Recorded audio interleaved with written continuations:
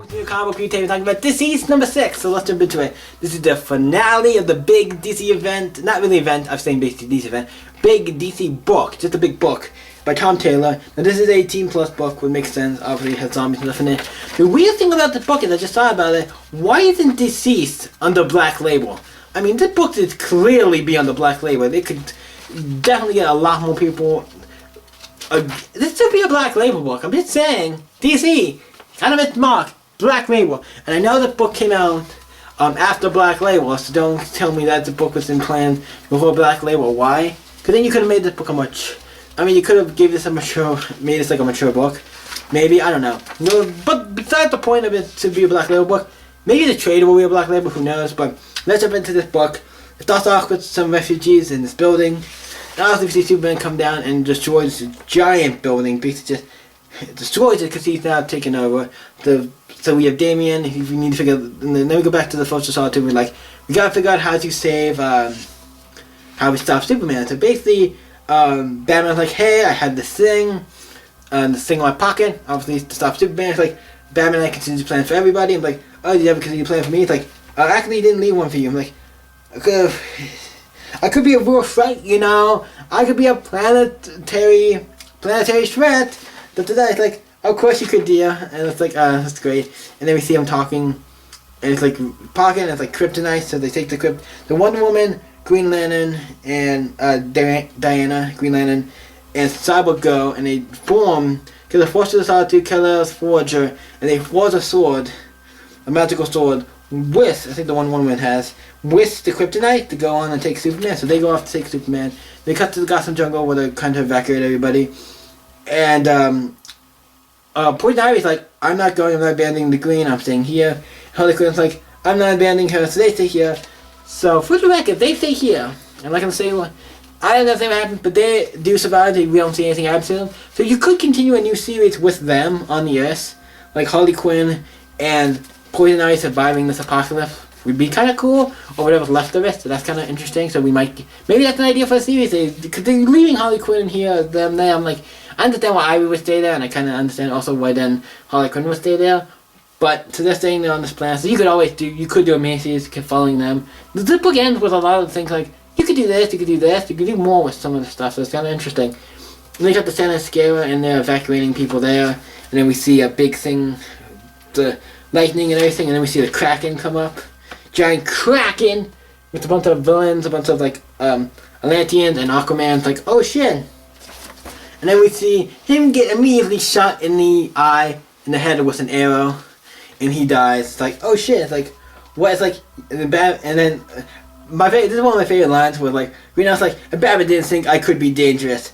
Just fired an arrow half a mile through raging winds into the brain of the undead king of the sea while he was controlling the damn Kraken. Fuck you, Batman. And now it is censored. I'm gonna say that it is censored, but we all know he said fuck you, Batman. I'm like, yeah. Green Arrow, you're great. So then we have to see them trying to protect and you get the troops, and they're trying to, we get all the, characters, characters I'm thinking of. We got all the, Sanniskarian, Amazon women are taking the charge and fighting. Wonder Girl's also with them. And then we see halfway world away, we see Superman just destroying shit. It's like, when he light dives down there, it's like, nope. Starbuck's like, nope, there isn't. So he's like, cool. Then it's like, cool, I can go full force. He uses a sonic thing that makes them a little weak, and then it makes them a little weak. Then you come back to the fight on Authentic. Everybody's getting this shit. People are getting attacked, like people are turning, all kinds of shit going down. It's just going crazy. Like, that's the last of the refugees. We need to go. Humanity, we have to go. So Zeke gets on there. I see Fox on there, so I'm assuming he makes it out alive. Seems to have made it out alive as well. And then we see Wonder Girl talking to the Wonder Woman's like mom, I guess, or whatever, the person who runs like the Santa Scara. She's like, no, you gotta go. Tell my daughter I love her. Da da da. You honor us. Da da da. For the record, that's not gonna be hard. You don't have to be the one who's doing the honoring, Wonder Girl, because I'm just gonna say we may have lost we might lose somebody. So that's kind of, so the ship goes off. The both of the ships just go off. they're gonna take it. The talk's taken. So the Ox are taken off. Superman seems to maybe figure out the Ox maybe are going, so he's going to stop him. He's going to go stop.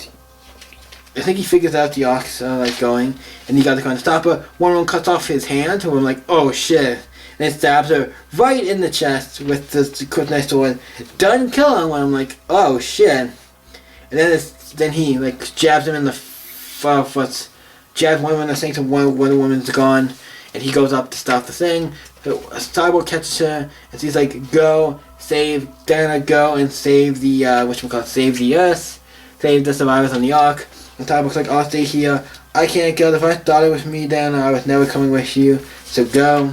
I just like how he understands, like, I'm the one who started the virus, I gotta stay here. And then John is like, okay, up in the spaceship, see John. Superman's like, oh, when's your dad coming? That's not your fault. Yeah, I know. I gotta go and do this. He's like, you're gonna be taking care of my mom if I don't make it back, kind of thing. Like, I know what I have to do.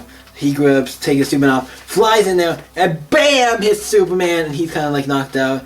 And by the end we see him, and also he's not just knocked out, he broke an arm, because in the end we see him in a cast, like a thing over his one arm, so he kind of, so he basically knocked out Superman for just a minute, just the right amount of time we needed. And Diana gets up to them, and then a bunch of light comes, and we see basically the entire Green Lantern Corps, and the entire Green Lantern Corps with a Guardian and everything.